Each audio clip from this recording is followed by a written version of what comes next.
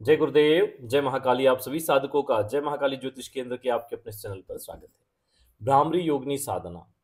आपकी कुंडली में चाहे मंगल की बुरी दशा चल रही हो, मंगल 6, 8, 12 में हो, नीच राशि में हो, वक्री हो या शत्रु राशि में हो या मारक हो, तो भ्रामरी योगिनी साधना के प्रभाव से, उन सभी दुष्प्रभावों से आप मुक्ति प्राप्त करेंगे और आपको शुभ प्रभावों की प्राप्ति होगी, उनकी कृपा की प्राप्ति होगी। खैर, ग्रहों के दुष्प्रभाव तो आते हैं, लेकिन जब दैवी या योगिनी साधनाओं के प्रभाव आते हैं तो आपके जीवन में उन दुष्प्रभावों को बहुत ही न्यून कर दिया जाता है और शुभ प्रभावों में वृद्धि कर दी जाती है, जिससे कि आप उन दुष्प्रभावों से बिल्कुल आपको लगेगा ही नहीं कि वो बुरा समय कब निकल गया, और जो अच्छा समय है वो बहुत तेजी से आपकी ओर आ जाता है। भ्रामरी योगिनी साधना उन लोगों को करनी चाहिए जो जीवन में बड़े भटकाव में हैं कि उनको क्या करना चाहिए। जिनको धन बहुत मुश्किल से प्राप्त होता है उन लोगों को करनी चाहिए, क्योंकि इससे जीवन का भटकाव दूर होता है, धन की प्राप्ति होती है, सही रास्ते की प्राप्ति होती है, किसी प्रकार का कोई विवाद है तो उसमें विजय की प्राप्ति होती है। इसलिए भ्रामरी योगिनी साधना की जाती है। जीवन के प्रत्येक क्षेत्र में कहीं ना कहीं इसकी जरूरत तो पड़ती है, इसलिए इस साधना को अवश्य कर लेना चाहिए। अगर आपकी कुंडली में भ्रामरी योगिनी दशा चल रही है तो आपको ये करना ही चाहिए, नहीं चल रही है तो भी आपको ये साधना करनी चाहिए। कैसे करनी है? तो कृष्ण पक्ष प्रतिपदा से अमावस्या तक इस साधना को किया जाता है। प्रतिदिन 5000 मंत्र रात्रि में जप किए जाते हैं और 9 कन्याओं को प्रतिदिन भोजन करवाया जाता है, खीर, पूरी और मोतीचूर के लड्डू। हर व्यक्ति प्रतिदिन नहीं कर सकता, तो आप अमावस्या के दिन करें और भगवती से प्रार्थना करें इसको स्वीकार करने के लिए। ठीक है। कुछ दान राशि साधना के समय डेली निकाल दिया करें। अंतिम दिन वो सारी राशि इकट्ठी करके जब आप कन्या भोजन करवाएं तो माता स्वरूप में उन सभी का पूजन करें, खीर, पूरी, मोतीचूर के लड्डू का उनको भोजन करवाएं और उनको दक्षिणा अवश्य देकर उनको भगवती के चरण स्पर्श कर उनसे प्रार्थना करें। कन्याओं को ही भगवती स्वरूप मानकर उनके चरण स्पर्श कर उनसे भगवती के स्वरूप मानकर आशीर्वाद प्राप्त करें। तो इस प्रकार आपकी साधना उसमें पूर्ण होती है। इसमें लाल वस्त्र आसन का प्रयोग होगा।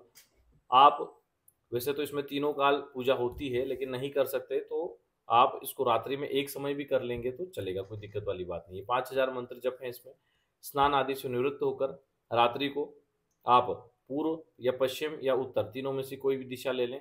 लाल वस्त्र आसन हो, सामने बाजोट हो, उस पर लाल कपड़ा हो, अपना पवित्रीकरण आचमन करें। उसके बाद में भगवती का चित्र स्थापित करें, माँ जगदम्बा दुर्गा का, और वहीं पर आप मंगल यंत्र स्थापित करें। दीपक प्रज्वलित करें घी का, अपने लेफ्ट साइड दीपक का पूजन करें। उसके बाद हाथ में जल लेके संकल्प लें, अपना नाम गोत्र उच्चारण करें। मैं अपनी कुंडली से ग्रहों के दुष्प्रभावों से मुक्ति और शुभ प्रभावों की प्राप्ति के निमित्त, जीवन के भटकाव को दूर कर लक्ष्य प्राप्ति के निमित्त, धन संपत्ति प्राप्ति के निमित्त और जीवन के प्रत्येक क्षेत्र में विजय प्राप्ति निमित्त यह दिव्य साधना करने जा रहा हूं। भगवती मुझे आज्ञा और आशीर्वाद प्रदान करें, सफलता का आशीर्वाद प्रदान करें बोल के जल छोड़ दें।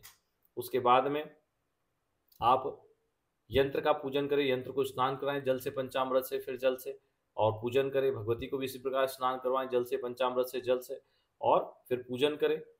वस्त्र आदि समर्पित करें, भोग समर्पित करें। भोग में आप लाल अनार ले सकते हैं, लाल चीज जो भी आप लाल चीजें बनाते हो। साथ में आपको मोतीचूर का छोटा लड्डू, पूड़ी और खीर ये होना आवश्यक है। बाकी नहीं भी होगा तो चलेगा, लेकिन पूड़ी, खीर और मोतीचूर का लड्डू दैनिक में होना जरूरी है। उसके बाद में अगर आपके घर में कोई बालिका है तो देवी स्वरूप उनको आप पहले ये भोग दे, वो जितना भी खा ले उसके बाद बचा हुआ आप ये प्रसाद स्वरूप में स्वयं खा ले, किसी अन्य को ना दे। तो इस प्रकार इस साधना को करना है। 1 माला गणेश मंत्र, 4 माला गुरु मंत्र, और उसके बाद 50 माला आपको ब्राह्मणी देवी मंत्र करना है। मंत्र जब पूरा होने के बाद आसन के नीचे जल छोड़े, अनामिका मध्यमा से जल को स्पर्श करें, दोनों आंखों को लगाएं, 4 बार मस्तक को लगाएं, बोले शक्राय वशट। इस प्रकार आपकी साधना कंप्लीट होती है। साधना के विधान लगभग एक जैसे होते हैं, बस उनमें योगिनी की जो विशेष साधना है उनमें ज्यादातर साधनाओं में भोग, वस्त्र और मंत्र यही डिफरेंट है, बाकी लगभग चीजें सिमिलर है। मंत्र को नोट कर लीजिए। ओम नमो भ्रामरी जगता नामधीश्वरी भ्रामरिये नमः। यह भ्रामरी योगिनी देवी का दिव्य मंत्र है। इस साधना में ब्रह्मचर्य का पालन, जमीन पे शयन, एक समय भोजन, बिना लहसुन प्याज का आवश्यक है।